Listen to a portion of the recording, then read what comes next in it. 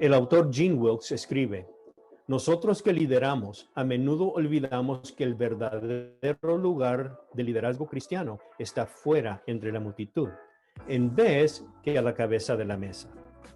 Líderes que siguen el modelo de liderazgo de Jesús nunca se sienten avergonzados trabajando lado a lado entre la multitud. Este tipo de líder se siente cómodo trabajando junto a ellos hasta se complete el trabajo. La iniciativa Desarrollo de Liderazgo en el Distrito Cuadrangular Mid-South es la formación intencional y la integración de los seguidores de Cristo. En relación a los pastores hispanos del distrito, es una asistencia intencional de proveerles un camino y una guía para el crecimiento personal y ministerial.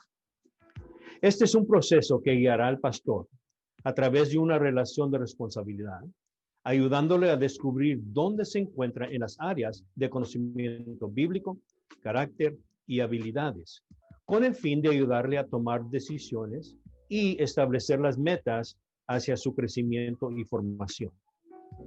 Con esto en mente, los pastores Carlos y María Inés Garzón, líderes de esta iniciativa, han desarrollado un trabajo fenomenal en planificando conferencias virtuales para la formación de líderes y conferencias actualizadas para los tiempos en que vivimos.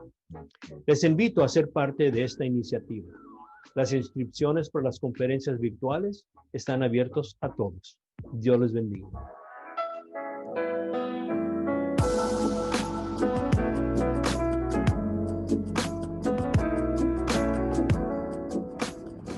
Bienvenidos a la conferencia Comprensión de los tiempos actuales. Primera de Crónicas 12:32 dice que de los hijos de Isaacar, 200 de ellos eran entendidos en los tiempos y sabían lo que Israel debía hacer y el pueblo los escuchaba. De esto se trata estas conferencias.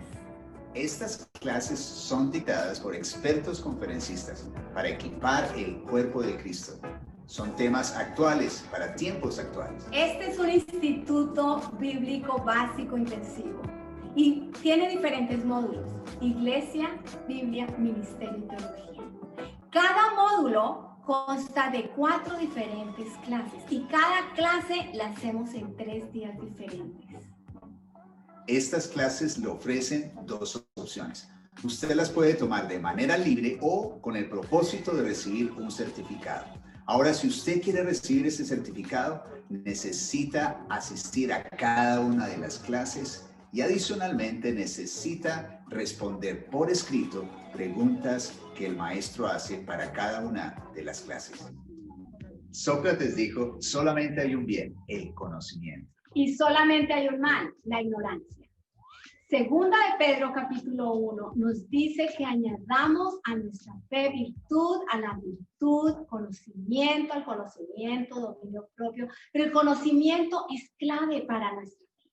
Así que te invitamos a crecer en el conocimiento. Ven y nos acompañes.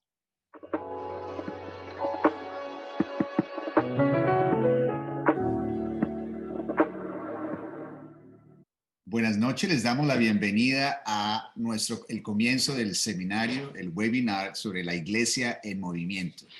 En el día de hoy vamos a comenzar con el tema Involúcrate en la misión. A todos ustedes en esta noche, el Señor les bendiga y vamos a disfrutar de 3 días donde vamos a estar inmersos en el libro de los Hechos. Bienvenidos.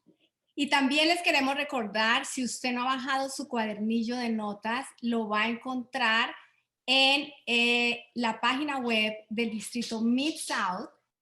Gracias, Pastora Inés. Romanos explicado. Los martes por la mañana estamos en el capítulo 1. El Evangelio es el poder de Dios para salvación para todo aquel que cree, al judío primeramente y también al griego. Hoy estuvimos viendo 4 preguntas de diagnóstico espiritual. ¿Es usted salvo? ¿Cuándo fue salvo? ¿Cómo fue salvo? ¿Y cómo sabe que es salvo? Y estamos en capítulo 1 ahora, versículo 18. Y estamos entrando en la sección ¿por qué el evangelio es necesario? Entonces, si tú tienes llamado a ser pastor, maestro, profeta, evangelista, apóstol o simplemente quieres aprender y discipular a otros, entonces debes de tener el libro de Romanos en tu entrenamiento como la piedra angular de las epístolas del apóstol Pablo. Nos veremos este martes a las 9 de la mañana. Dios les bendiga. Buenas noches. La primera vez que yo conocí al pastor Pablo Tremba fue en enero del 1991. No sé si él se recuerda o no, pero fue muy impresionante cuando yo de primero lo conocí, porque nunca había visto yo una ballena azul.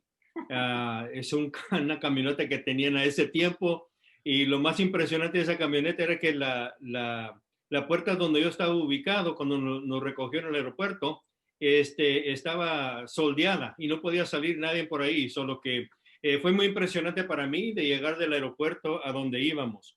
Pero en esta noche tenemos al pastor Pablo. Pablo y su esposa Ulrike son misioneras de la Iglesia Cuadrangular del Evangelio Cuadrangular en Centro y Suramérica. Pablo Tremba ha sido pastor, líder dominacional, conferencista, maestro y entrenador de líderes.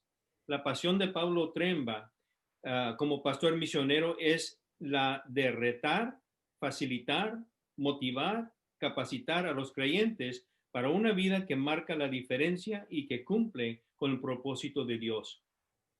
Uno de los medios para lograr ese cometido es el desarrollo de materiales que presentan los principios bíblicos para una vida cristiana, sana y de impacto. Incluso la serie de discipulado, son 4 libros que él ha escrito. También es director de Conexión M40 para animar y fortalecer pastores menos de 40 años de edad. Yo también me tengo que escribir a ese. Y el Foro para Líderes en Movimiento también es otro. Y luego también es autor de un libro. El libro se titula El Ministerio del Remolcador. Interesante.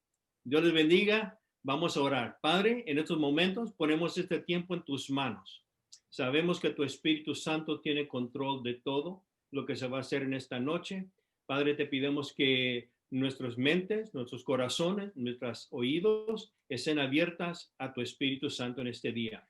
La bendición sea sobre nuestro pastor Pablo Tremba. En el nombre de Cristo Jesús. Amén. Con ustedes, pastor Pablo Otremba. Buenas noches a todos, Dios les bendiga, qué bueno estar con ustedes en esta noche y con este tema. Gracias, Pastor Frank, por sus oraciones, y yo recuerdo muy bien aquella vez que llegó todo ese equipo y bueno, creo que aprendieron a orar durante todos los viajes que hicimos en Bogotá. Pero sí, muchos se asustaban, pero eso es la vida en una ciudad tan grande como acá. Qué bendición estar con ustedes. Gracias también a Carlos e Inés Garzón por esta invitación tan especial, poder estar aquí en este proyecto que yo creo que es de Dios y que ya está impactando un montón de gente, no solamente en Estados Unidos, sino también en toda Latinoamérica. Esto es simplemente fantástico. Yo creo que se hace realidad un sueño de tener las diferentes conferencias grabadas y disponibles para los líderes en toda Latinoamérica. De latinos para Latinoamérica. Aleluya. Esa es la idea. Qué bueno. Bueno, en esta sesión vamos a hablar de la misión de la iglesia, pero este es un módulo que está conectado con todo un paquete que llamamos Iglesia en Movimiento. Yo quiero comenzar aclarando por qué Iglesia en Movimiento, porque yo creo que es súper importante entender la razón de esta temática. Iglesia en Movimiento, pues esto ya viene gestionándose por algunos años, pero algo que disparó esta temática, aunque yo ya venía preparando muchas de estos módulos. En un momento dado tuve la oportunidad de ir a Istambul, en Turquía, y no estaba planeado. Yo fui allí más por accidente, pero estaba en Istambul en una comisión del Concilio Global y representando a América Latina. En vez de regresarme el sábado, tuve que regresarme el domingo porque era más barato, $1,000 más barato regresar el domingo que regresar el sábado. Todo eso lo digo porque el día sábado yo le dije a otro que le pasó lo mismo. El sábado vamos a estar de turistas, y estábamos naturalmente muy cansados por el cambio de horario, por todas las horas de trabajo, pero yo le dije, posiblemente esta sea la única y última vez que estemos en esta ciudad, así que vamos a correr por la ciudad. Y llegamos a un lugar que es una edificación, la Hagia Sofía, que seguramente en los últimos tiempos ustedes han escuchado esa pelea de que querían hacer de ese museo, que era últimamente museo, volverla a ser una mezquita. Pero yo estaba ahí con todo este grupo, y el guía, antes de entrar a esta edificación, llegó y dijo: esta edificación fue una iglesia cristiana. Llegó a ser después una mezquita y hoy es un museo. Y yo estaba ahí parado escuchando esto, y este era el guía musulmán, pero decía esto con una manera muy interesante, y como que el Espíritu Santo en ese momento agarró eso y me dijo: ¿usted qué quiere ser? ¿Un cristiano avivado? ¿Una mezcolanza de todo lo que por ahí hay? ¿O un museo? Y yo le dije, bueno, empecemos por museo. Ahí yo no quiero llegar. Segundo, una mezcolanza de todo tampoco. Yo quiero llegar bien al final como el apóstol Pablo, cristiano, bien apasionado, bien centrado y enfocado. Yo quiero ser alguien quien termina bien. Y me recordaba que estaba yo en aquella tierra donde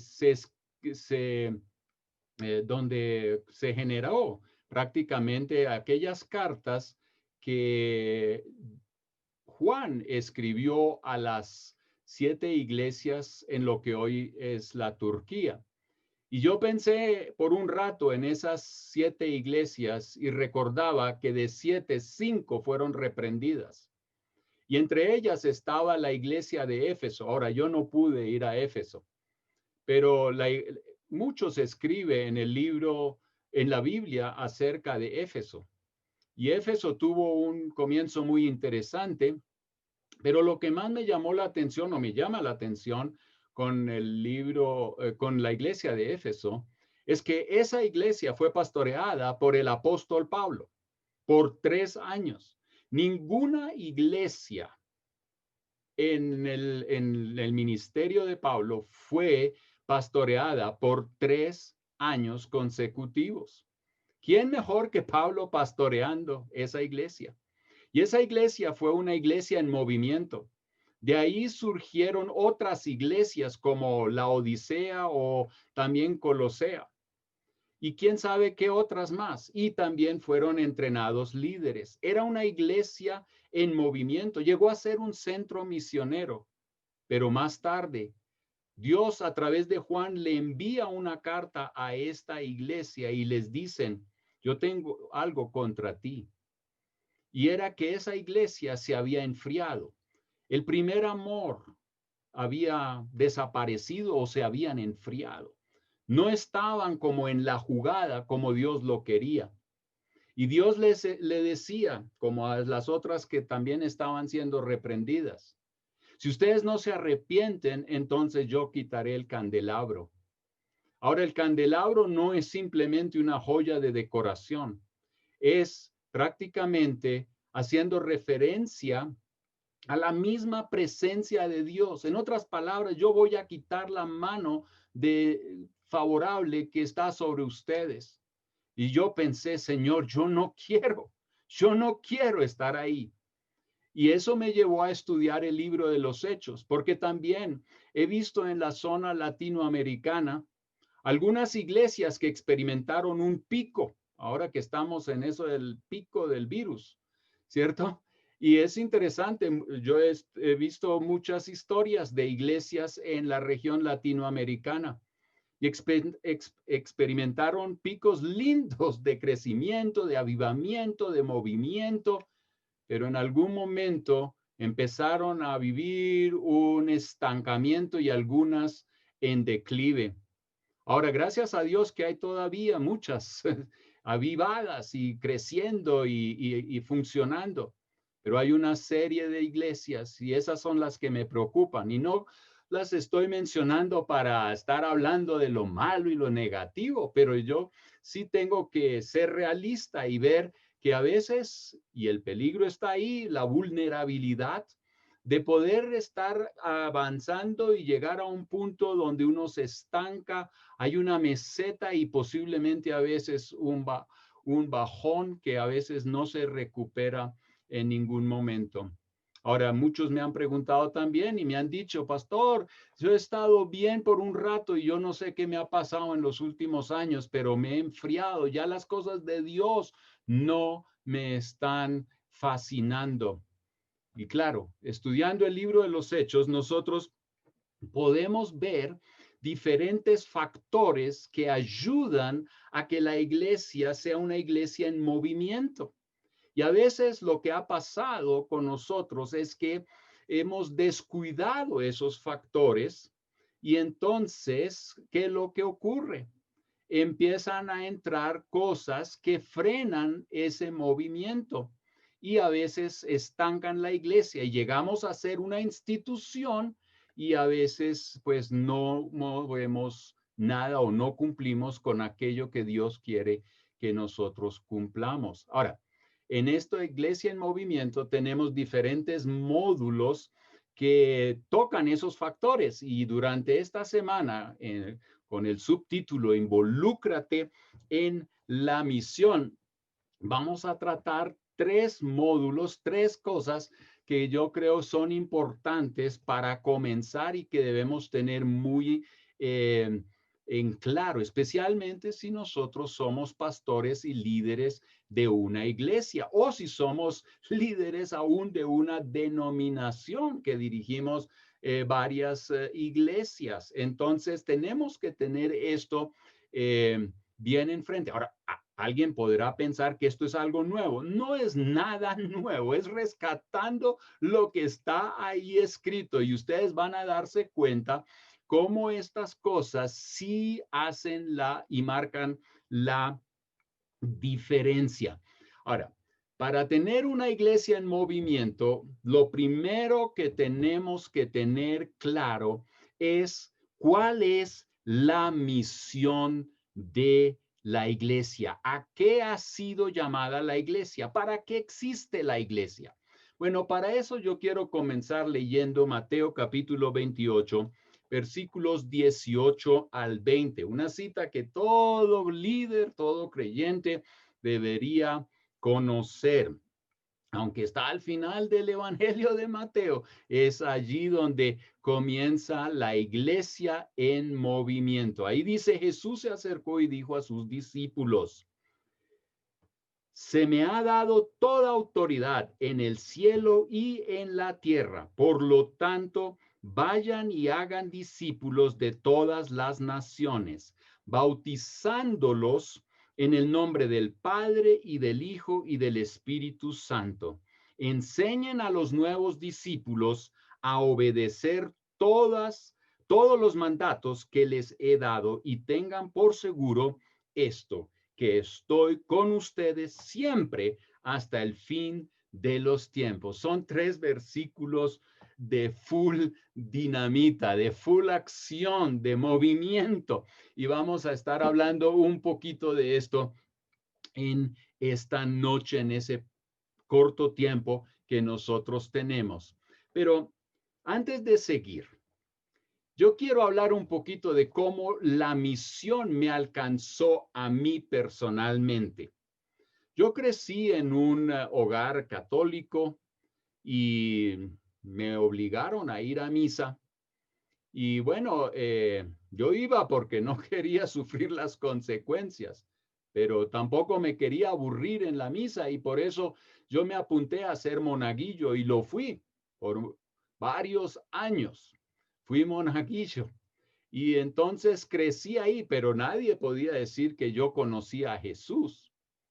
De hecho, cuando terminé mi bachillerato aquí en Colombia, decidí irme para Alemania para estudiar allí la mecánica.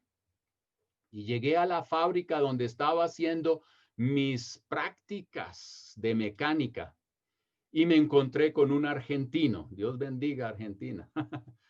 Y me encontré con un argentino y claro, nos conectó inmediatamente que veníamos ambos de Latinoamérica y que hablábamos español. Él feliz de que podía otra vez hablar español con alguien que venía de la región y empezamos a hablar. Un día de esos, nunca lo voy a olvidar. Yo estaba aprendiendo a manejar un torno, el más viejo de toda la fábrica, que se lo entregaban a los que estaban aprendiendo. Y ahí con mi espalda contra el torno, él me pregunta, ¿conoce usted a Jesucristo? Y yo dije, pues sí, yo conozco a Jesucristo, por lo menos yo creo en él. Y entonces, pues yo creía en tantas otras cosas, yo creía en aquel y en aquella y en el otro, y por si nadie funcionaba y ayudaba, ahí estaba Jesús. Ahora, este argentino comenzó a hablarme acerca de que fue liberado de este ejercicio. Parece que le gustaba aquel líquido con un poco de dinamita. Y él después dijo que también su esposa había sido sanada de una enfermedad que los médicos no le daban mucho chance de que iba a ser sanada.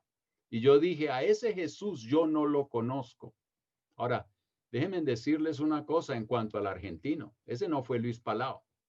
Tampoco fue Dante Gebel, ni ninguno de esos pastores. De hecho, en la iglesia a la cual él me invitó, él no era pastor ni anciano.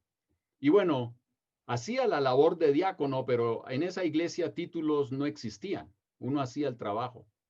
Él era un común y corriente que en el lugar de trabajo me compartió el evangelio. Y eso llevó a que yo empezara a leer la Biblia, a visitar la iglesia. De hecho, él visitaba 2 iglesias el domingo por la mañana porque estaba prendido, apasionado. Y entonces iba a una iglesia de una denominación por la mañana y de la otra por la noche. Y yo iba con él hasta que un día llegué y pensé, yo necesito someter mi vida a Jesucristo. Creo que el pastor vio eso en mi cara y él me preguntó, ¿usted no quiere someter su vida a Cristo? Yo le dije, claro que sí, yo quiero someter mi vida a Jesucristo, y nos arrodillamos. Él me dirigió en una oración y yo les puedo decir que de ahí para adelante mi vida había cambiado. Antes había confesado mis pecados y salía con una lista de oraciones y no estaba seguro si esa cantidad era suficiente para que mis pecados fueran perdonados. Pero a esa noche, cuando entendí que Jesucristo había muerto y resucitado en la cruz y que eso era suficiente para mi salvación, eso cambió mi vida. La misión llegó a mi vida. Ahora, nosotros vamos a mostrarles una pequeña encuesta y queremos saber cómo llegó usted a conocer a Jesucristo.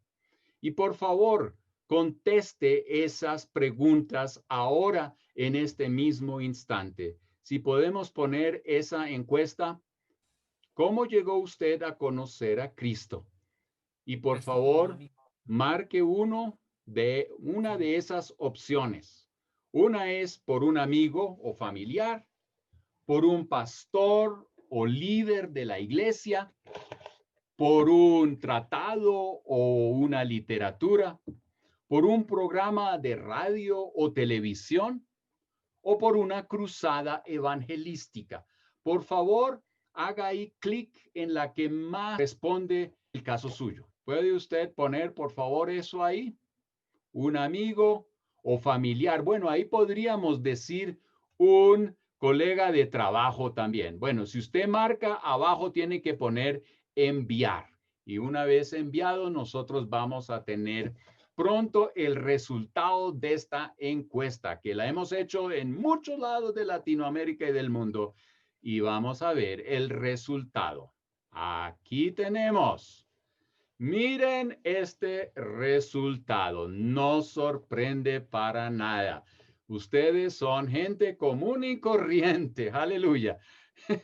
Y tocada mayormente por un amigo o familiar. Mire, el 92% de las personas que hoy estamos aquí en esta conferencia llegaron a conocer al Señor Jesucristo porque un amigo o un familiar le compartieron en algún lugar el evangelio, y lo más probable es que no fue en la iglesia, las cuatro paredes. Después aquí tenemos 7% por un pastor o líder. Gracias a Dios que algunos pastores están haciendo una buena labor. Y por un tratado, 1%, interesante que radio y televisión no marcó nadie, y una cruzada evangelística tampoco. Pero ¿no ven esto? Muy interesante que la misión le llegó a usted a través de un amigo y un familiar. Eso para usted que es pastor es súper importante. ¿Dónde vas a poner los 5 centavos que usted tiene para entrenar a alguien? Pues o para hacer la obra de Dios en la iglesia. Usted tiene que pensar en que debes entrenar a toda la iglesia para hacer la obra del ministerio. No es nada nuevo, es algo que Pablo ya nos dijo en Efesios capítulo 4, que Dios dio a la iglesia apóstoles, profetas, evangelistas, pastores y maestros. Pero ahí no dice para que ocupen puestos de eminencia y reciban los diezmos y anden en los mejores autos del mundo, sino ahí dice que Dios dio esos dones. Nosotros como Iglesia Cuadrangular creemos en esos ministerios, en esas funciones, pero ellos tienen una responsabilidad. La Reina Valera dice que Dios dio a esta gente o esos dones, estas funciones ahí dice a fin de que ellos entrenen o formen a toda la iglesia para la obra del ministerio. Y entonces esa es la tarea. Bueno, la nueva traducción viviente dice que ellos tienen la responsabilidad de entrenar a toda la iglesia para la obra del ministerio. Ahora, yo quiero decir una cosa acá. Yo creo que Mateo 24:14 nos dice claramente, y ese Mateo 24 es el capítulo que habla de los últimos tiempos y todo lo que va a ocurrir en los últimos tiempos. Que pestes, lo que estamos viviendo ahora, que guerras, que enfermedades, que persecución y tantas otras cosas. Pero en medio de ese capítulo, el versículo 14, que dice que, ahí dice, y este evangelio del reino se predicará a todas las naciones y entonces vendrá el fin.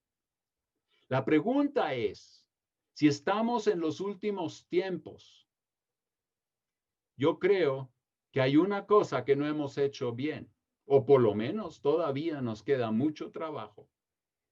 De los más o menos 8,000 millones de habitantes en el mundo, más o menos 3,600 millones, hoy día, 2020, no tienen acceso al evangelio. La mayoría de ellos no ha escuchado el nombre de Jesucristo.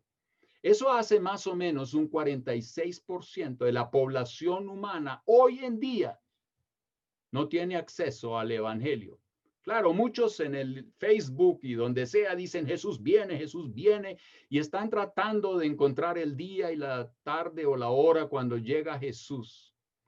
Están tratando de analizar si esta pandemia y estas otras elecciones y aquel rumor y todo ese cuento, y ya están anunciando que Jesús es. Yo creo que sí. Sin embargo, hay una tarea por la cual Jesús no ha vuelto, por la cual no ha vuelto Jesús, que no se ha hecho. Y es que no todas las naciones han escuchado las buenas noticias del reino de Dios. Ahora, ¿cómo vamos nosotros a cumplir con esa semejante tarea? Ya llevamos 2000 años. ¿Vamos a esperar otros 2000 años? En tiempos de internet, de aviones, de WhatsApp y de tantas otras cosas, y todavía tenemos una gran tarea por delante. ¿Cómo la vamos a cumplir? Yo creo que si nosotros solamente pensamos que algunos pocos especialistas van a cumplir con esa tarea, estamos muy equivocados y nunca llegaremos a cumplir la tarea. Solamente a través de una iglesia, toda la iglesia, todos los miembros de la iglesia, bien entrenados y sueltos para hacer la tarea de la evangelización y del discipulado, van a poder cumplir con la gran tarea que Dios nos ha encomendado. ¿Cuál es esa tarea? Ahí es donde nosotros tenemos que ir y preguntarnos, ¿a dónde nos movemos como iglesia en movimiento? En sus hojas, en la página 5, usted va a encontrar allí algunas preguntas. En la página 5 encontramos también una referencia ahí. Mateo 28, 18 al 20, ya lo leímos. ¿Qué es lo que dice? ¿Qué dicen estos versículos en cuanto a nuestra tarea? La tarea no es tanto ir, porque ahí más bien dice, mientras ustedes van, ¿por dónde? Por donde Dios los lleve, a las buenas o a las malas. Pero donde usted caiga como cristiano lleno del Espíritu Santo, usted debe ser luz ahí y alguien quien hace discípulos que discipulan a otros. Entonces, ¿en qué consiste la misión? La misión consiste en hacer discípulos que discipulan. La otra, ¿dónde se debe llevar a cabo la misión? En Hechos capítulo 1:8 nosotros leemos que de lo alto recibiremos poder y seremos testigos. ¿Dónde? En Jerusalén, en Judea y en Samaria y hasta el fin del mundo. Una iglesia en movimiento no solamente mira a Jerusalén, sino también a Judea, a Samaria y hasta el fin del mundo. Algunos me han dicho a veces, bueno, es que Jerusalén todavía está como con tarea por delante. Sí, es verdad. Todos nuestros Jerusaléns tienen todavía mucho trabajo. Pero una iglesia en movimiento tiene una visión amplia y es una visión que hoy mira a Jerusalén, pero a la vez mira a Judea, mira a Samaria y mira al fin del mundo. Usted me dirá, pero es que mi iglesia es solo un grupo de 20, de 30. No importa. Nuestra visión puede ser una visión de todas las naciones. Y aunque no vayamos directamente, siempre podemos estar involucrados. Y no me digan que de un grupo de 10 no puede salir uno. Yo tendría ahí algunas matemáticas que presentar, pero yo más bien dejo eso ahí al lado, porque algunos seguramente se preguntan, ¿y cómo vamos a financiar eso? Pero Jesús nunca dijo que el problema era el dinero para poder cumplir la misión. Si no, lea Mateo capítulo 9, 36 y 37. Jesús tenía gran compasión de las multitudes. Y él decía, andan como ovejas sin pastor. Y después dijo, oren para que el Señor de la cosecha de la mies envíe obreros. Hubo un tiempo donde yo pensaba, Señor, deme plata y yo haré. Hasta que entendí, no es el dinero. Yo a veces hasta propongo para una iglesia en movimiento en estos tiempos y con las circunstancias y con lo que se nos puede venir encima, porque esta pandemia es apenas una cosita, lo que se nos puede venir pronto es todavía más fuerte de lo que hemos vivido hoy.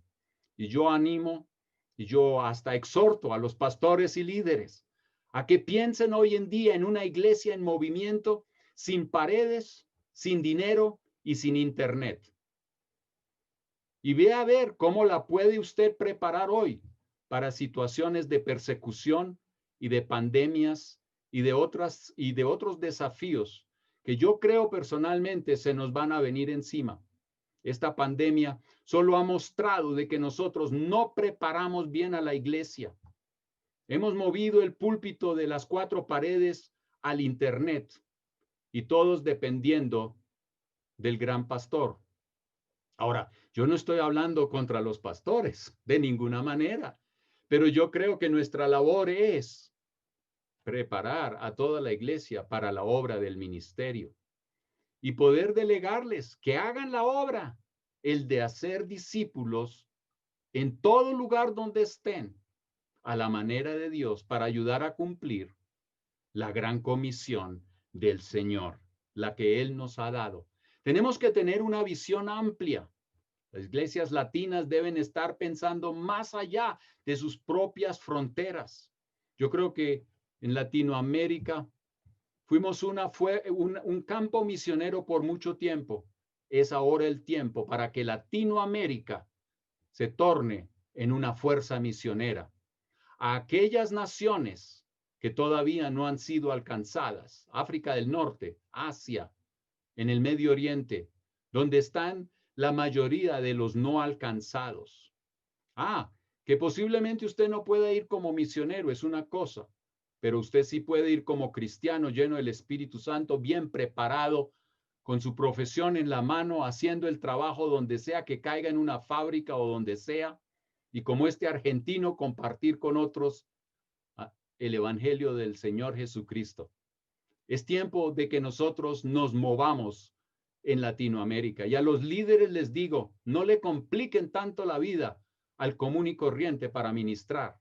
No le ponga tantas trabas. Usted también empezó temprano. Todos confiaron en usted. ¿Por qué no lo hace usted con esta nueva generación? En la Latinoamérica, si usted quiere unos datos, tenemos de una población, el 65% son menores de 35 años de edad. Eso no se ve necesariamente reflejado en nuestras iglesias. En algunas sí, pero en la mayoría no. Por lo menos no hay muchos pastores menores de 35 años. La mayoría son como yo, blancos, 65 plus y sumando. Es tiempo de que cambiemos la historia de la iglesia latinoamericana en una iglesia no que se está muriendo, sino en una iglesia que está avanzando, que está en movimiento, que está en el centro de la voluntad de Dios, tocando vidas. Es un desafío, es una cosa que me quema en el corazón, que estamos hoy tan involucrados en tonterías y no involucrados en la misión de Dios. Ahora, hagamos un salto y vayamos a la página 6 de sus materiales. Como ustedes ven, no tenemos el tiempo para tocar todo, pero ahí ustedes tienen material y yo les suplico que ustedes se tomen el tiempo para agarrar este material y estudiarlo con cuidado, a la larga con otras personas, y reflexionar acerca de ello. Lea cada una de las citas bíblicas que está ahí y permita que Dios toque su corazón. No añada esta conferencia a una colección de conferencias que ya tiene. Agarre esta conferencia y permita que Dios te hable. Y cuando Dios te habla, ahora tome pasos concretos en favor de la gran misión de Dios y el cumplimiento de la misma. Dios te está llamando a ti a ser parte del cumplimiento de la misión. Y ahora, algunos posiblemente estarán tan viejos como yo, con cabeza blanca y cabello cayéndose, y dirán, ¿y qué de mí? Aún los Calebs están llamados a correr con la misión. No llore que no le dan el púlpito. No llore que algunos están ahí como que dejándolo al lado. Hay una gran tarea. Hay mucha gente que necesita que alguien vaya donde ellos y la misión llegue donde ellos están. Así que una vez en movimiento, una iglesia como en la iglesia de Éfeso, no significa que siempre estaremos en movimiento. En la Biblia, como ya les mencioné en Apocalipsis, las iglesias de 7 iglesias, 5 estaban ahí en problemas. Estaban siendo reprendidas por Dios y tenían la tendencia a que se estancaran. Por lo menos algunas estaban en ese camino. ¿Cuáles eran esas cosas que hicieron que la iglesia en ese tiempo se estuviera estancando? Pues cuando uno mira con cuidado en Apocalipsis, y yo solo voy a resumir, usted puede ir a Apocalipsis y leer capítulo 2 y capítulo 3 y mirar por qué fueron reprendidas estas iglesias y qué hizo que estas iglesias estuvieran al borde de un colapso o de un estancamiento. Una que yo veo ahí, por ejemplo, la iglesia de Tiatira, ella tuvo problemas con pecado y mundanalidad. Ellos permitieron algunos pecados. No vamos a entrar específicamente en lo que fue en Tiatira el problema, pero pecado siempre enfría al Espíritu Santo o lo espanta.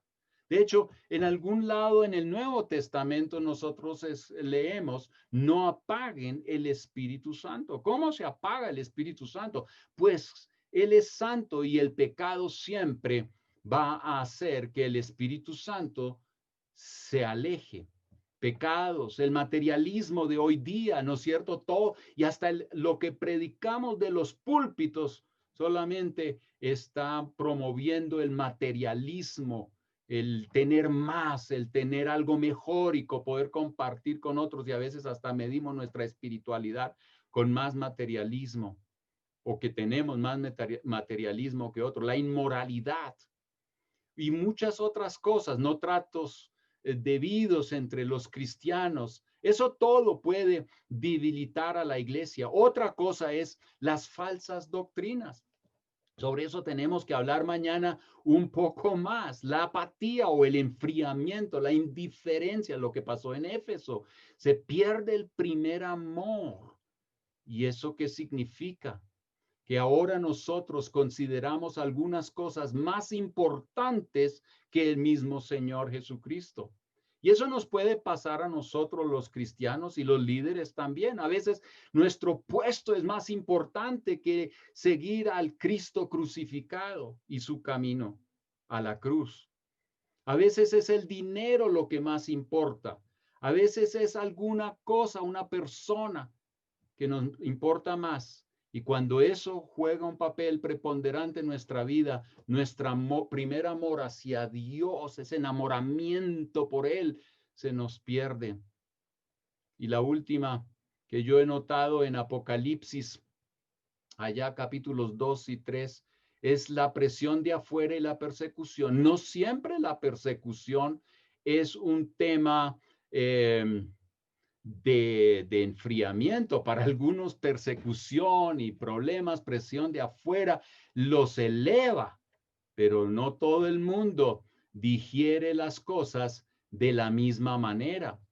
Y hay algunos que a veces cuando les llega la presión, como lo dice Mateo capítulo 7, que 2 hombres construyeron casa y ambos fueron sacudidos por la tormenta y una permaneció y la otra cayó. Las tormentas vienen, pero ¿cómo vamos nosotros a responder a ellas? Bueno, importante es que estemos fundamentados en Cristo. Y cuando eso ocurre, y nosotros los líderes, pastores, tenemos una gran responsabilidad de fundamentar a la gente en Cristo. Podría predicar un rato sobre eso. Cristo a veces ha perdido la preponderancia en la iglesia y eso tiene que cambiar. Yo sé que eso suena a veces como un regaño, pero déjenme a esta altura de la vida derramar mi corazón y hablar un poquito de lo que yo veo y la preocupación que sí existe, porque Cristo a veces ha sido relegado. Es nuestro juego, es nuestra religiosidad y Cristo tiene que volver a estar en el trono. Ahora, hay una cosa que vamos a pasar por el chat, una pequeña encuesta. Y yo quiero que usted responda a esa encuesta ahí. ¿Qué considera usted son elementos claves para mantenerse apasionado? Yo puedo hablar de varias cosas. La Biblia dice en un lado, por ejemplo, aviva el fuego del Espíritu. También dice en Romanos 12:11 que no seamos perezosos, sino que seamos diligentes en lo que requiere diligencia y sirvamos al Señor. Yo puedo decirles una cosa mientras ustedes escriben unas cosas ahí, pero últimamente y en estos tiempos de la pandemia, he estudiado más la cruz de Cristo y me he dado cuenta que simplemente ver la cruz, y no como algo místico raro, pero sí meditar acerca de la cruz de Cristo y lo que eso significa para mí, porque hay un llamado también para mí, seguir el camino de la cruz. Pero cuando veo a Cristo en la cruz, hay gente que a uno le dice de todo y a veces hasta uno se siente como que que uno no sirve para nada, que uno no es nadie, que no sé qué. Y entonces le ofrecen seminarios a uno que para que ahora se sienta bien y estés volando lo más de lindo. Yo le digo una cosa, usted tiene que acercarse a la cruz y recordar que ese Cristo, por amor a nosotros, vino a esta tierra a dar su vida por nosotros, por usted y por mí. Y desde esa cruz, Él llega y me extiende la mano y me dice, te perdono, te doy la mano, tómala, te doy vida eterna. Mire, si a usted no le importa un centavo, en realidad no me importa, porque hay uno que vino del cielo y al que yo todavía le importo. Y desde la cruz me dice, te amo, te aprecio, tú eres mi hijo. ¿Qué quiero yo más? Eso me anima a leer Biblia, a orar, a obedecer, a seguir a Cristo, aprendido y con pasión. Pare tus carreras, párate junto a la cruz, mírala y medite en ella. Sería una. Arturo, ¿tienes algunos comentarios de aquello que han puesto nuestros oidores, escuchas hoy en día? Qué emocionante este tiempo, gracias al Señor, de verdad que sí. Y gracias a todos los participantes en el chat por estar atentos y hacer parte de esta dinámica. Entre las respuestas, pastor, está la obediencia, por supuesto la Biblia, es la oración, conectarse con el Espíritu Santo, tener claridad de la identidad con Dios y el propósito. Alguien colocó acercarme más a Dios y alejarme del pecado. Por supuesto que sí, eso ayuda muchísimo como factor clave de tener siempre una pasión por Dios y por servirle. Bueno, esas son algunas, pero gracias, muchas respuestas en el chat y es muy importante esta participación. Muchísimas gracias, Arturo, y a todos los que escribieron en el chat. Fantástico, fantástico. Y quiero seguir ahí en la página 6 de ustedes. El tiempo está avanzando y tenemos que llegar a un punto muy importante todavía en esta noche. Pero en la página 6 ustedes van a encontrar ahí declaraciones acerca de la misión. Y aquí ustedes van a encontrar que la misión de Dios debe llevarse a cabo en todo el mundo. De esto estuvimos nosotros ya hablando. Tenemos que abrazar la visión de Dios completa y apuntar siempre hacia esa. Mire, una iglesia en movimiento nunca puede perder ese enfoque. Eso siempre lo tiene que tener ahí. Mire, muchas iglesias pasan un montón de tiempo tratando de escribir su misión y su visión. Yo hoy propongo la visión de Dios y la misión de Dios. La visión de Dios es que un día alrededor del trono de Dios van a ver personas rescatadas por la sangre de Cristo, adorando al Rey de Reyes y Señor de Señores, y esas multitudes que nadie puede contar vienen de todas las naciones. ¿Puede usted ver eso? Yo quiero ser parte de eso, y no solamente parte de eso, sino que Dios es tan bueno que nos involucra a usted y a mí a ser parte del cumplimiento de esa visión. Ahora, ¿cuál es la misión? ¿Cómo vamos a alcanzar eso? ¿Cómo vamos a contribuir al cumplimiento de la visión de Dios? Es a través de la misión de Dios, y la misión de Dios es haciendo discípulos que hacen discípulos, y toda la iglesia involucrada en ese proceso. Así que yo creo que nosotros tenemos como iglesia que tener eso ahí siempre enfrente, esa visión del Rey de Reyes y Señor de Señores, el Cordero de Dios, sentado en el trono, y una multitud que nadie puede contar, de todas las naciones, adorando al Rey de Reyes y Señor de Señores, y nosotros ayudando a cumplir eso con la misión de Dios, haciendo discípulos en todas las naciones, y que hacen discípulos donde sea que estén. La otra, y ya lo dije también, es cada creyente, líder o no líder, en la iglesia debe estar involucrado en el proceso de ser discípulo y de hacer discípulos. Por eso el libro que yo escribí, el Ministerio del Remolcador, tiene que ver con eso, toda la iglesia involucrada. Si el argentino, que yo les digo, fue un simple soldador en aquella fábrica, me compartió el evangelio, usted también lo puede hacer. Y lo hizo en el lugar de trabajo. Ahora, hay gente que dirá, ¿y cómo fue eso del discipulado? Yo le digo, tengo que decir esto para completar ese testimonio. Porque la iglesia a la que yo asistí era una iglesia satélite. La iglesia principal era en otro lado, como a 1 hora de lejos, de viaje en auto.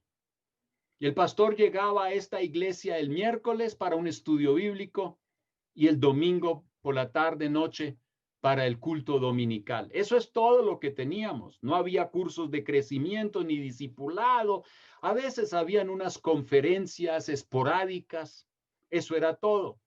Mis primeros 3 años los pasé en esa iglesia.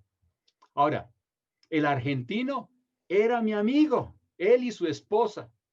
Y yo en esos tiempos era soltero, joven y bonito. Y bueno, pero también muy hambriento y sin cocina ni nada de eso. Solo, lejos de casa. Eran mis amigos. Y sabe, a veces la única comida caliente que yo comía en toda una semana era el fin de semana, cuando visitaba al argentino y a su esposa. Durante la semana tenía que ir a trabajar, pero cuando trabajaba y no tenía cocina y todo el cuento, yo paraba en los kioscos a lo largo de la calle para comprar la más saludable comida que existe en todo el mundo. No, en realidad no, toda la chatarra posible. En esos tiempos no importaba, yo trituraba todo. La única comida caliente ahí con mis amigos cristianos, el que me compartió el evangelio en algún momento dado. Ahora, ¿cómo fue mi discipulado? Les cuento, muy sencillo. Leíamos juntos la Biblia, y este argentino, que no tenía cursos como hoy nosotros todos los tenemos, este hombre compartía lo que sabía. Y a veces teníamos preguntas y se las hacíamos a los que tenían una respuesta a ello. ¿Y qué era mi discipulado? Este argentino, discípulo de Cristo, haciendo a otro discípulo. La Biblia, el Espíritu Santo y a otro creyente, y orábamos juntos. Y así mi vida como creyente fue estabilizada. Hace un par de años volví a llamar a mi argentino, al Ervin, y le dije, oye, necesito hablar contigo. Mire lo lo que estoy haciendo aquí en Latinoamérica y bueno, hay muchas cosas que quiero compartirle de lo que Dios está haciendo. Y en un momento dado, el argentino se cayó al otro lado del teléfono por un rato y yo pensé, ¿qué está pasando? Y luego habla y dice, creo que yo tengo parte en todo lo que está ocurriendo en tu vida hoy. Y yo le dije, correcto. Y yo le quiero dar las gracias que fuiste valiente para compartir el evangelio conmigo en aquella oportunidad.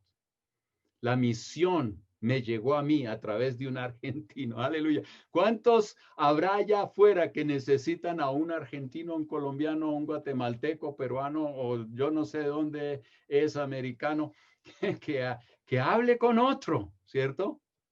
Para que alguien más llegue a conocer al Señor Jesucristo.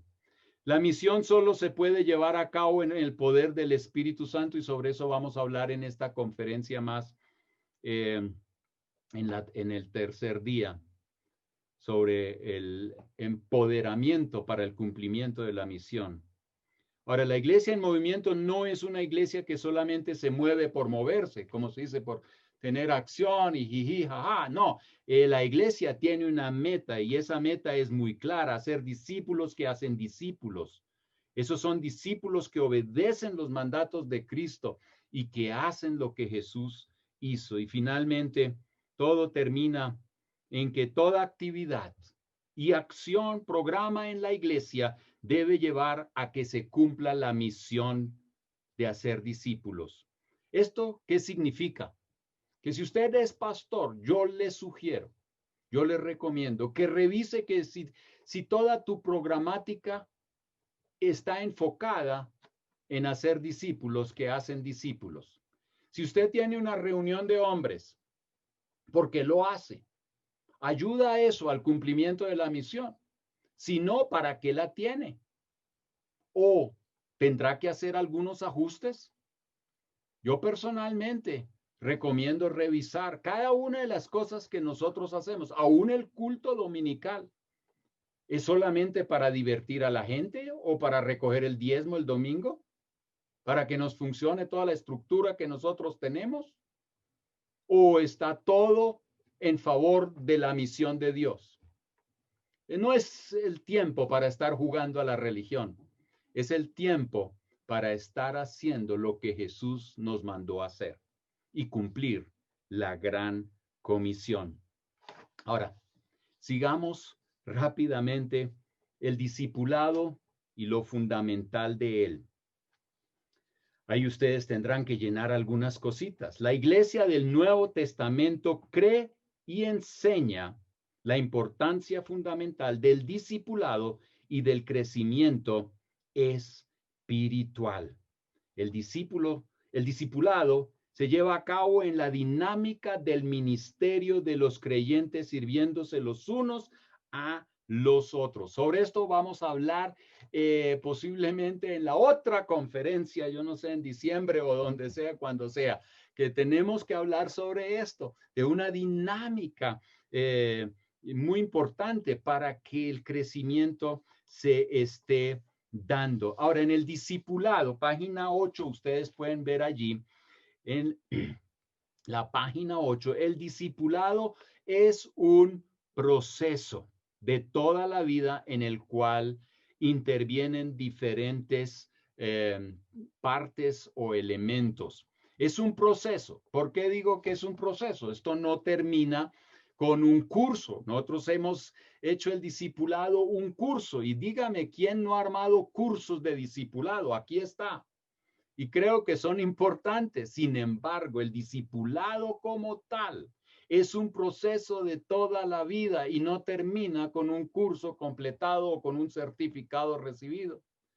El proceso va toda la vida.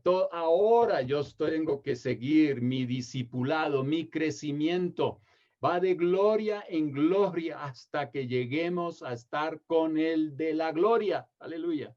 Y no antes, no podemos terminar, porque si dejamos de añadir algo a nuestras vidas, como ya lo decía Inés al principio, el conocimiento, el carácter y todas estas cosas que deben ser ahí añadidas. Cuando dejamos de añadir a nuestra vida cosas, nosotros nos estancamos y dejamos de ser una iglesia en movimiento. ¿Cuáles son los factores o elementos que juegan un papel en este proceso? Primero, Dios. Dios hace su obra en nosotros, Padre, el Hijo y el Espíritu Santo. El otro elemento que nos ayuda en el proceso del crecimiento y del discipulado es otro discípulo, pero también es el discípulo mismo, ¿cierto?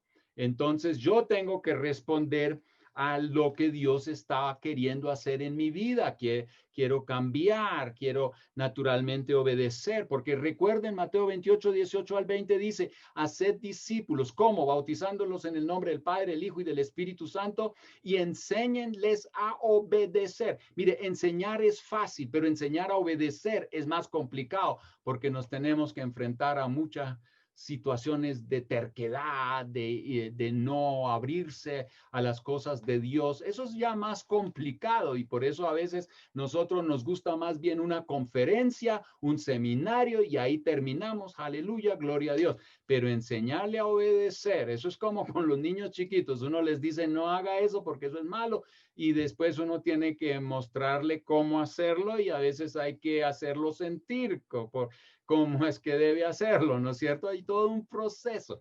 Entonces, esto es muy importante. Y otro creyente maduro, o otros cristianos maduros. El crecimiento no es el resultado de una persona solamente, hay varios elementos que juegan aquí un papel.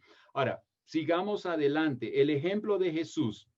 Observamos aquí algunos puntos. Ahora, yo quiero solamente dar ahí los puntos para que usted llene lo que está ahí en el blanco y le pido que usted estudie esto bien, porque ahí de Jesús podemos aprender mucho de qué es hacer un discípulo o cómo hacer discípulos. Y esto es para todos, no solamente para los líderes, pero los líderes enseñan esto para que toda la iglesia esté en esta tarea.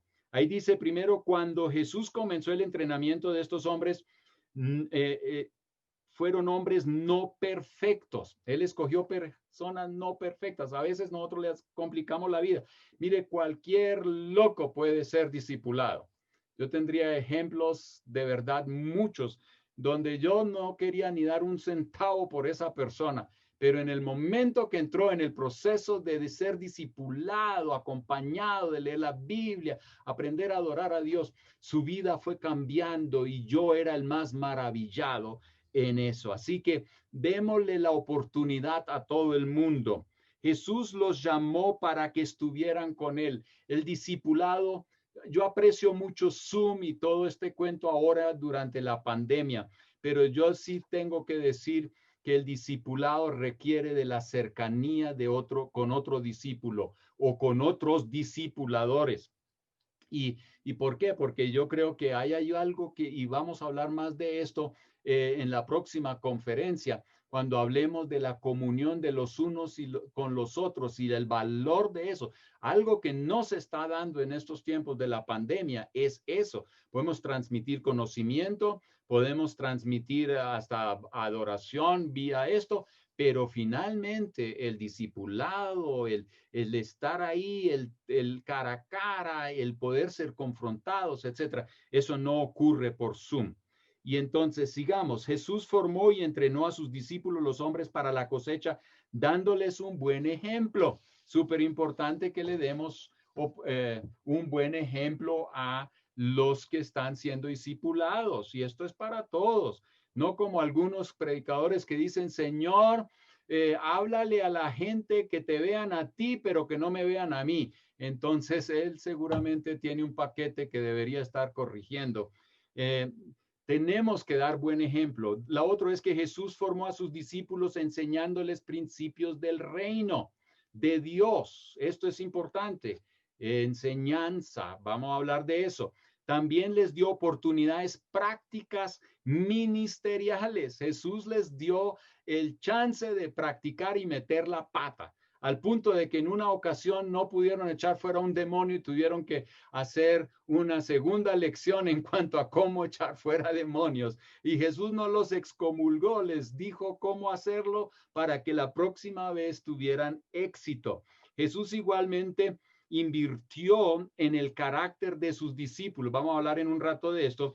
Y luego envió a los discípulos a las naciones. ¿Por qué? Porque Dios quiere que se cumpla la gran misión. Yo creo que tenemos por ahí otra encuesta y por favor ahí anote qué es lo que más le llama la atención del proceso, de la manera como Jesús formó o discipuló a otros. Marque ahí uno nomás, por favor, marque uno. ¿Qué le llama más la atención acerca del ejemplo de Jesús en su forma de hacer discípulos? Ahí dice, no escogió a personas perfectas, los llamó para que estuvieran con él, dándoles un buen ejemplo que ellos debían seguir, enseñándoles los principios del reino, les dio oportunidad en prácticas ministeriales, invirtió en el carácter de sus discípulos, luego envió a sus discípulos a las naciones. ¿Cuál de esos puntos le llama más la atención a usted en esta noche? Yo sé que todos son importantes, pero ¿cuál le llama en este momento más la atención? No escogió a personas perfectas. Aleluya. 55%. ¿Está usted agradecido que Él te escogió a ti imperfecto y que Él invierte en tu vida para ir mejorándote y perfeccionándote? Él nos escogió a todos nosotros. Aleluya. ¡Qué esperanza!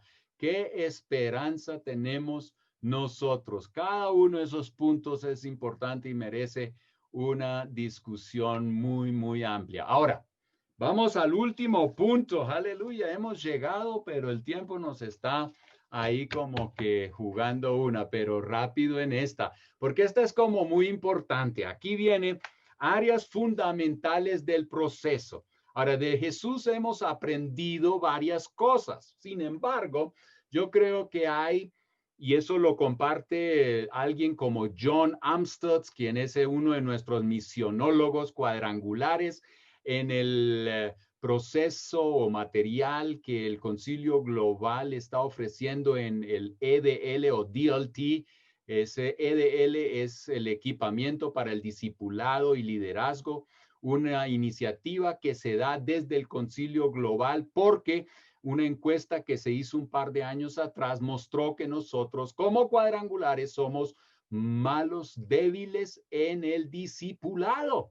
Y entonces, por eso el Concilio Global se propuso cambiar esa historia. Claro que esa encuesta mostró otras debilidades también que tenemos como cuadrangulares, y con el EDL, equipamiento para el discipulado y liderazgo, se está tratando de contratrabajar eso para que esto experimente una solución, un mejoramiento. Pero en el EDL, con Gary Matsdorf al frente y también pues desde las entrañas de John Amstutz y sus materiales que yo recomiendo de todo corazón leerlos, entre otros el libro Discípulos a todas las naciones, que de hecho muchos de los principios que están aquí en este módulo, en esta lección, están reflejados, los he tomado de allí y están aquí reflejados.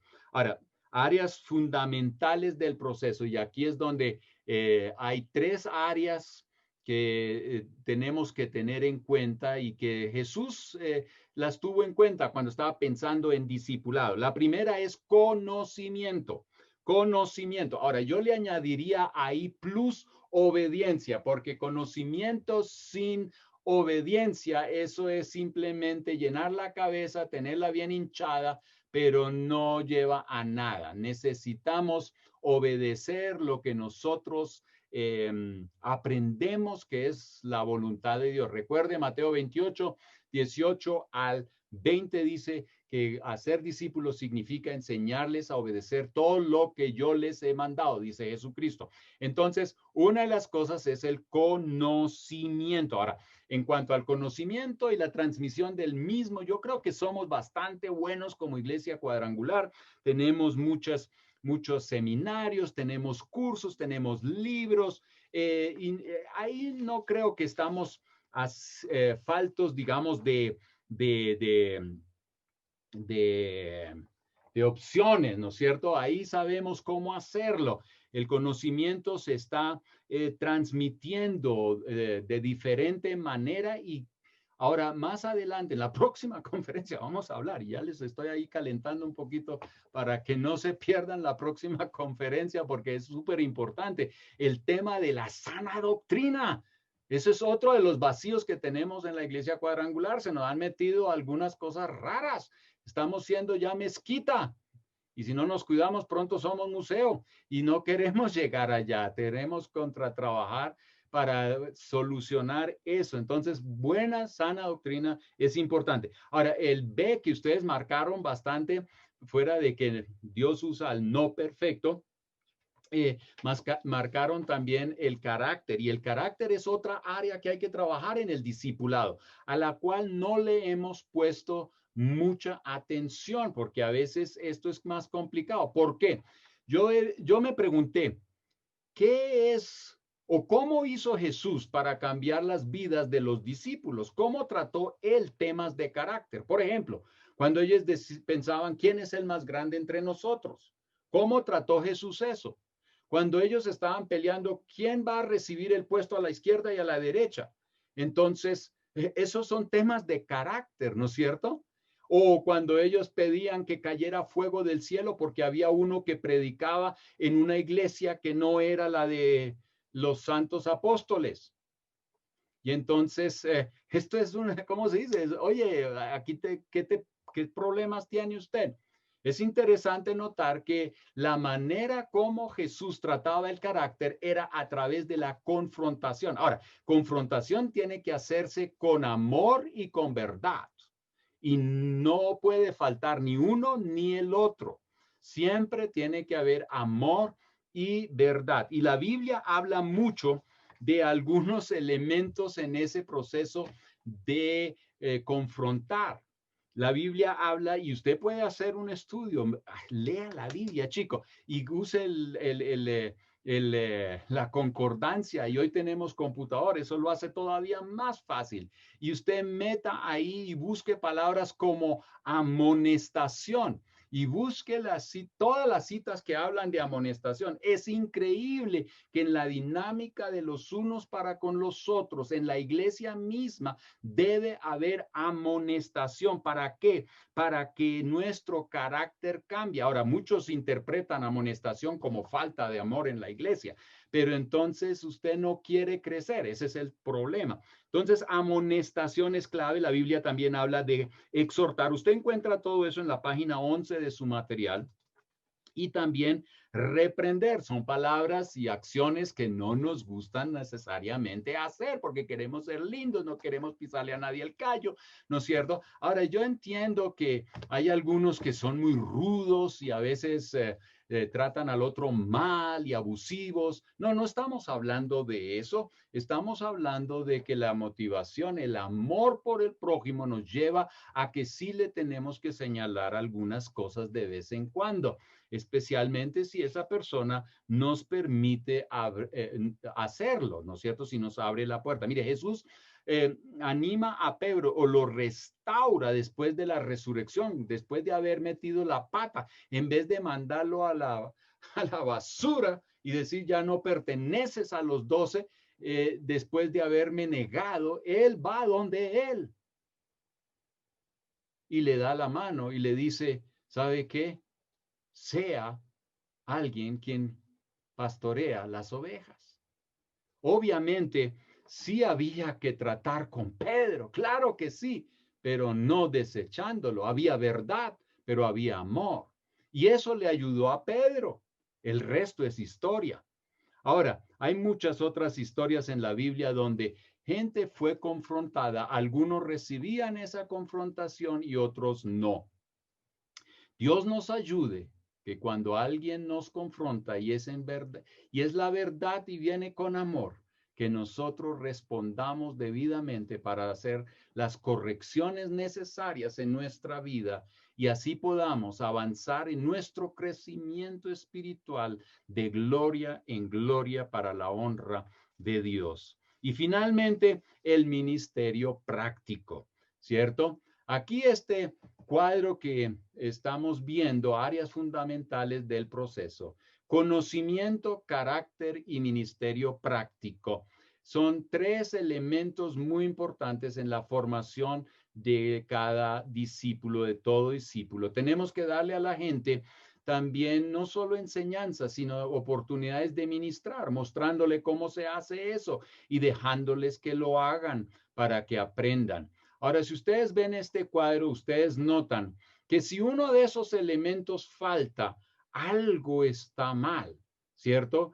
En el centro ustedes encuentran lo que es la formación de discípulos. Ese es el discípulo que está como equilibrado, que está haciendo lo que Jesús hizo, está avanzando en su crecimiento, está en movimiento y aporta a que la iglesia sea una iglesia en movimiento. Y si uno de esos falta, algo, sí, entonces entrará como un cristianismo débil o estancado. Dame la otra imagen, por favor. Con esta terminamos. Esta imagen yo la he pirateado de Mike Breen, uno que habla sobre discipulado. Yo traduje esto y lo he adaptado para nuestra región latinoamericana. Y aquí ustedes ven en este gráfico algo muy interesante. Arriba ustedes ven el buen carácter. Eso es creados a la imagen de Jesús, Gálatas 4:19. Pablo buscaba que la gente fuera gente formada a la imagen de Jesús. ¿Qué significa eso? Gálatas 5:22 nos habla del fruto del Espíritu Santo. Crecemos en esas características. Ahora, si usted ve abajo de la gráfica, al otro lado del buen carácter, usted encuentra el mal carácter. Y usted encuentra que esa línea vertical está cruzada por una línea horizontal. A la derecha usted encuentra alta aptitud. ¿Qué significa alta aptitud? Usted tiene conocimiento, el correcto, y naturalmente sabe hacer lo que Jesús hizo. Ahí usted ha desarrollado los dones que Dios le ha dado, sabe cuáles son los dones que Dios le ha dado, capacidades, habilidades, y ha tenido la oportunidad de practicar, de usarlos. Entonces, si usted combina buen carácter con alta aptitud en un discípulo, ¿qué tipo de discípulo va usted a obtener?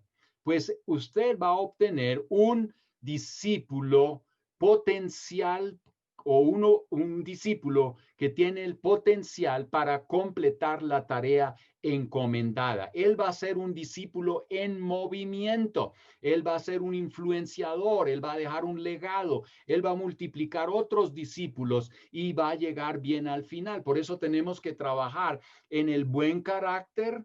Eso está ahí en la vertical hacia arriba, y tenemos que trabajar en tener una alta aptitud, que esa se consigue con el conocimiento correcto y con el entrenamiento práctico en el campo de la cosecha. Ahora, si seguimos observando esta gráfica, usted va a notar que si usted tiene una alta aptitud, pero mal carácter, usted va a destruir vidas y cosas. Yo he visto gente que por alta aptitud, porque son buenos líderes en alabanza y es el único y el mejor de la ciudad, lo ponemos a dirigir alabanza, pero no tiene carácter. Él destruye más y se destruye a sí mismo, que eso es lo peligroso de todo eso. Por eso aquí tenemos que ser sabios a quien ponemos a dirigir alabanza o a dirigir cualquier cosa en la iglesia. Que sea ojalá alguien con buen carácter o en crecimiento y que ha mostrado buenos frutos, es aprobado y que ha sido también capacitado, que ha sido pues entrenado en hacer lo que Jesús hizo. Si el carácter es bajo y baja aptitud, pobre creyente, este no va a ir muy lejos. Ahora, si es bajo de aptitud y un alto grado de buen carácter, ¿qué creyente discípulo vamos a tener? Un cristiano agradable en la iglesia, aleluya, viene todos los domingos, se sienta y paga el diezmo. Y no hace problemas, pero tampoco mueve al mundo, ¿ok? Es uno que potencialmente en su influencia es muy limitado y no va a impactar mucho en el mundo. Por eso, hacia donde tenemos que apuntar como iglesia en movimiento es hacia a tener discípulos que crecen en el carácter y que tienen una alta aptitud. Y en ese sentido tenemos que estar reflexionando y mirando qué debemos hacer en la iglesia local para que este proceso se dé. La misión de Jesús, la misión de la iglesia debe ser nuestra meta. Si nosotros perdemos esta meta de nuestra visión, nosotros vamos a estar muy ocupados corriendo con un montón de cosas para aquí y para allá y posiblemente le ponemos humo y le ponemos lucecitas y le ponemos no sé qué otra cosita, ¿no es cierto? Pero no vamos a cumplir la misión de Dios. Hay mucho que reflexionar acerca de esta temática. Yo recomiendo que usted lea cada una de estas hojas y cada una de estas citas con mucho cuidado, reflexione, hable con otros acerca de eso. Mire qué es lo que Dios te está hablando, qué es lo que puede usted adoptar a su vida, pero también qué puede adoptar usted a la vida de la iglesia si usted es un líder. Si usted es un pastor, este tema debe ser un tema de mucha reflexión y de decisiones profundas, porque mire, no hay otro camino. Dios nos llamó a ser discípulos en todas las naciones. Y esa es nuestra tarea. Dediquémonos a ella y seremos una iglesia que está en movimiento. Muchas gracias primero porque honestamente nos enfocas mucho, pero estamos con varios problemas, pastor. En las iglesias nuestras estamos discipulado igual a cursos.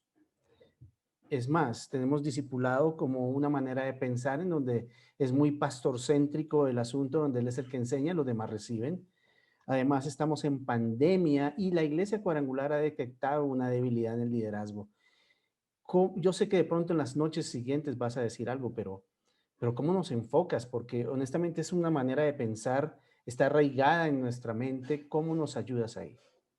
Sí, ese es un tema. La pandemia no es el problema. El problema salió a la luz, o por lo menos salió muy fuerte a la luz, que no hemos hecho muy bien nuestro trabajo. El tema, hay un paradigma que debe cambiar muy pronto y no es fácil de cambiarlo. Mire, nosotros somos iglesia evangélica, pero somos más católicos que la iglesia católica en cuanto a la estructura, ¿cierto? Tenemos a gente que está aquí arriba en la estructura o en la pirámide estructural y son los líderes, son los pastores y ellos son los ungidos y la iglesia no parece nada que ver con ello. Y entonces eso frena que toda la iglesia esté involucrada. Ahora, no estamos cuestionando al liderazgo y no estamos diciendo que no necesitamos líderes. La Biblia está muy clara en eso, pero los líderes debemos hacer la tarea a la que Dios nos ha llamado y esa es a entrenar a toda la iglesia y tenemos que tener la confianza. Y aquí viene una cosa que yo he notado y lo digo y a mí no me da susto decirlo, pero como pastores nos gusta controlar todo. Y tenemos ese espíritu de control. ¿Y qué tal si predica el evangelio de una manera rara? ¿Cómo? ¿Será que sí le va a ministrar el bautismo del Espíritu Santo correctamente? ¿No es cierto? No, eso tiene que pasar por mi filtro, ¿no es cierto? Entonces controlamos todo y ese espíritu nos está cobrando una cuota muy alta. Yo recomiendo que tenemos que como líderes y pastores estar revisando ¿cuál es nuestra actitud frente a la iglesia? Y tenemos que entender que yo soy un siervo, un lavapatas, o un lavapiés, o un lava no sé qué. Entonces, y tengo que servir y tengo que buscar el éxito de toda la iglesia y cómo ellos pueden servir. Como el argentino. Mire, yo cuando hablemos del empoderamiento esta semana, añado ya de una vez. Este argentino me dijo después de que entregué mi vida a Cristo y estábamos leyendo junto la Biblia, él dijo, y Dios tiene otro regalo para ti. Yo dije, ¿cuál es ese otro regalo? El bautismo con el Espíritu Santo. Yo dije, wow, yo ya estoy en esto, yo quiero también el poder del Espíritu Santo. Y suele venir con hablar en lenguas. Yo dije, eso no importa, yo quiero hablar en lenguas. Todo lo que Dios tiene. Y entonces empezamos a orar porque él dijo, ¿sabe qué? Y eso se recibe orando, Lucas 11. Y entonces leímos eso y yo dije, bueno, ya, eso también lo puedo hacer. Señor, lléname con tu espíritu. Y no pasaba nada. Y yo entré en una crisis porque oraba y oraba. En el mismo trabajo lloraba porque escuchaba historias de gente que había sido llenada por el Espíritu Santo ordeñando una vaca. Y yo dije, Señor, yo no estoy aquí en un establo con vacas, sino en una fábrica con máquinas y tú puedes hacerlo acá si me quieres llenar con tu poder. Pero yo le digo, tomó varias semanas, entré en una crisis de fe. ¿Cuánto hubiera yo apreciado que el pastor le hubiera enseñado cómo este hombre podía llevar a un creyente al bautismo con el Espíritu Santo? Si se le enseña a ese creyente a hacer eso y se le libera, podría ayudarle a muchos. Yo creo que ahí está el tema. Yo creo que hay que dejar el control, cambiar el paradigma, ver toda la iglesia como un ejército que puede y debe estar involucrado en la tarea. No estamos promoviendo el desorden como algunos dicen que estamos desordenando la iglesia. No, no, no. ¿Y qué si es un desorden divino? Aleluya, ¿por qué no? Y si así llega el evangelio hasta los rincones más remotos de este mundo, eso es lo que importa, que el cielo sea poblado con gente de todas las naciones. Pero no estoy promoviendo un desorden, pero sí el llamado a entrenar a la gente. Si yo entreno a toda la iglesia a hacer lo que Jesús hizo y la libero para que lo haga en el lugar de trabajo, entonces, ¿por qué estamos temiendo? Debemos seguir esa ruta y yo creo que podemos cambiar la historia. Bueno, pues muchísimas gracias, Pastor Pablo. Realmente increíble. Esto abre mucho, pica nuestro cerebro un poco, o bastante, pero seguimos adelante. Lo importante es qué vamos a hacer. ¿Qué vamos a hacer con lo que aprendemos? Porque somos responsables de todo lo que escuchamos. Entonces, les animamos, guarden en su corazón, oren al Señor y díganle al Señor en estos tiempos. Estos son tiempos claves. Diga al Señor, ¿qué quieres de mí, Señor? Amén, ¿Qué amén. necesito? Porque todo lo que escuchamos es para práctica, ¿no? No solamente oidores olvidadizos, sino hacedores. Entonces, que el Señor nos ayude a ser una iglesia ferviente, una iglesia en movimiento.